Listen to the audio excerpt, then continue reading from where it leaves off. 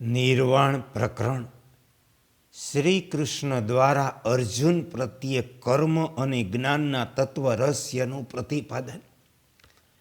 શ્રી ભગવાને કહ્યું કે હે મહાબાહુ અર્જુન, તમે હજી પણ મારા પરમ રહસ્ય પ્રભાવશાળી વચનો સાંભળો, જે હું અતિશય પ્રેમ રાખનારા એવા તમારા માટે હિતની ઈચ્છાથી કહીશ. એ કુંતી પુત્ર, ઠંડી ગરમી સુખ દુઃખ આપનારા ઇન્દ્રિયો અને વિષયોના સંયોગ તો ઉત્પત્તિ વિનાશવાળા અને અનિત્ય છે. તેથી હે ભારત, તેમને તમે સહન કરો. ઇન્દ્રિયોના વિષય સંસર્ગ, સુખ દુઃખ વગેરે દ્વંદ્વો તેમનાથી અલગ જે કાંઈ પદાર્થો છે તે તમામ સચ્ચિદાનંદ પરમાત્માથી સહિત પણ અલગ નથી. બધું પરમાત્મા છે.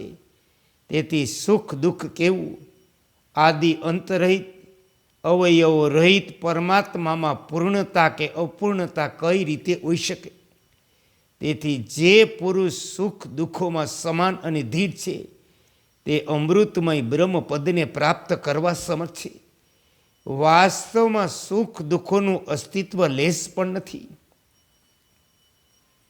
પરમાત્મા તત્વ સર્વ સ્વરૂપ છે.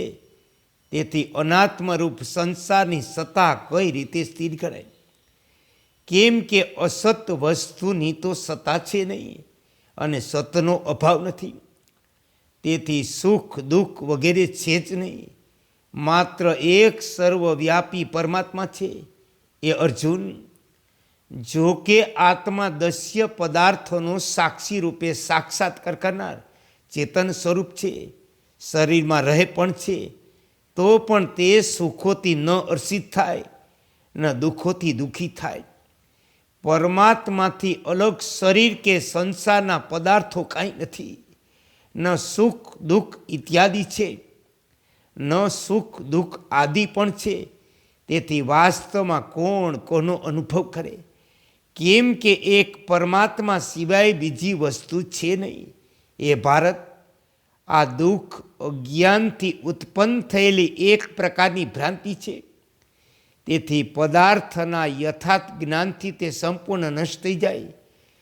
જેમ દોરડાનું યથાર્થ તત્વ ન જાણવાથી ઉત્પન્ન થયેલો સાપ યથાર્થ જ્ઞાનથી નષ્ટ થાય, તે જ પ્રમાણે અજ્ઞાનથી ઉત્પન્ન થયેલા શરીર અને દુઃખ વગેરેનું અસ્તિત્વ પરમાત્માના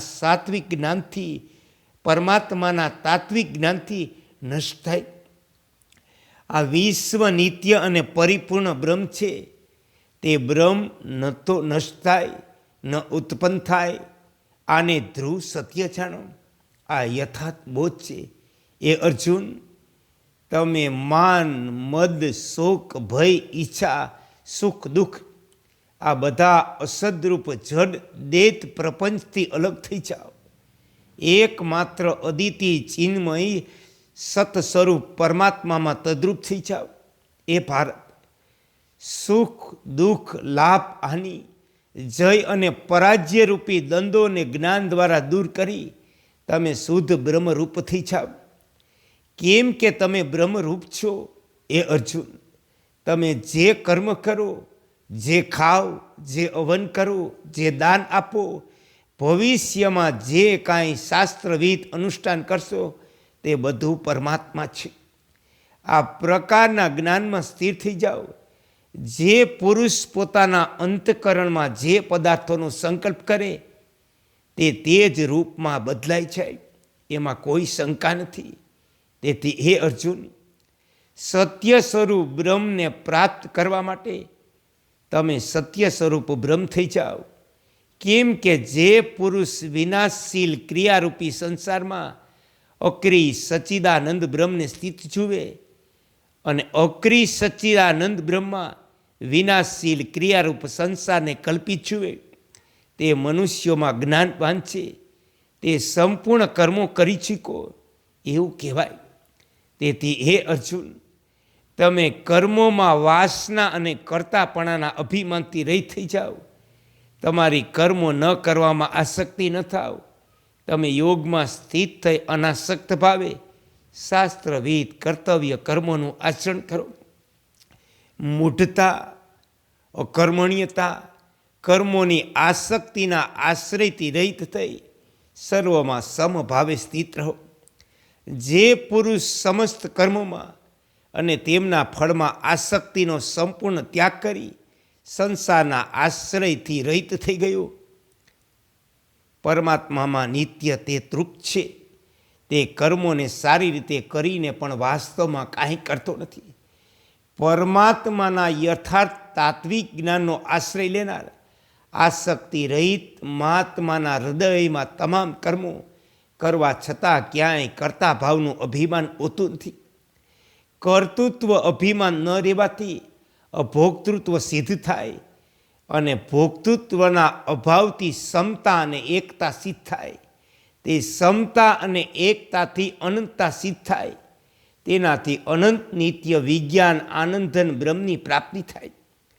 જેના તમામ શાસ્ત્રવિહિત કર્મો કામના સંકલ્પ રહિત હોય, જેના સઘળાય કર્મો જ્ઞાનરૂપી અગ્નિ દ્વારા ભસ્મ થઈ ગયા, તે મહાપુરુષને જ્ઞાની જનો પંડિત કહે. જે સમ, સૌમ્ય, સ્થિર, સ્વચ્છ, શાંત, તમામ પદાર્થોથી નિષ્પૃહ રહે, તે કર્મ કરતો રહીને પણ વાસ્તવમાં કાંઈ કરતો નથી. તેથી હે અર્જુન, તમે હર્ષ, શોક આદિ દંડોથી રહિત નિત્ય વસ્તુ પરમાત્મામાં સ્થિત યોગક્ષેમની ઈચ્છાથી પર સ્વાધીન અંતકરણના થઈ જાઓ. તમે ન્યાયપૂર્વક શાસ્ત્રો કર્તવ્ય કર્મોને કરતા રહી પૃથ્વીના આભૂષણ રૂપ આદર્શ પુરુષ બની જાઓ. જે મૂર્ખ મનુષ્યો બધી ઇન્દ્રિયોને હઠપૂર્વક ઉપરથી રોકી મન દ્વારા તે ઇન્દ્રિયોના વિષયોનું ચિંતન કરે, તે મિથ્યાચારી અર્થાત દંભી છે. એ અર્જુન, જે પુરુષ મનથી ઇન્દ્રિયોને વશ કરી અનાસક્ત થઈને તમામ ઇન્દ્રિયો દ્વારા કર્મયોગનું આચરણ કરે, તે જ શ્રેષ્ઠ છે.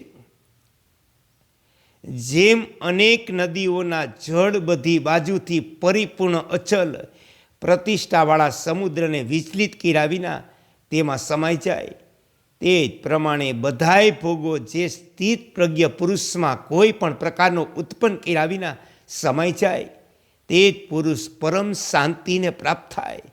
ભોગોની આસક્તિ બાળો નહીં. હે કૃષ્ણ, હે કૃષ્ણ, હે કૃષ્ણ.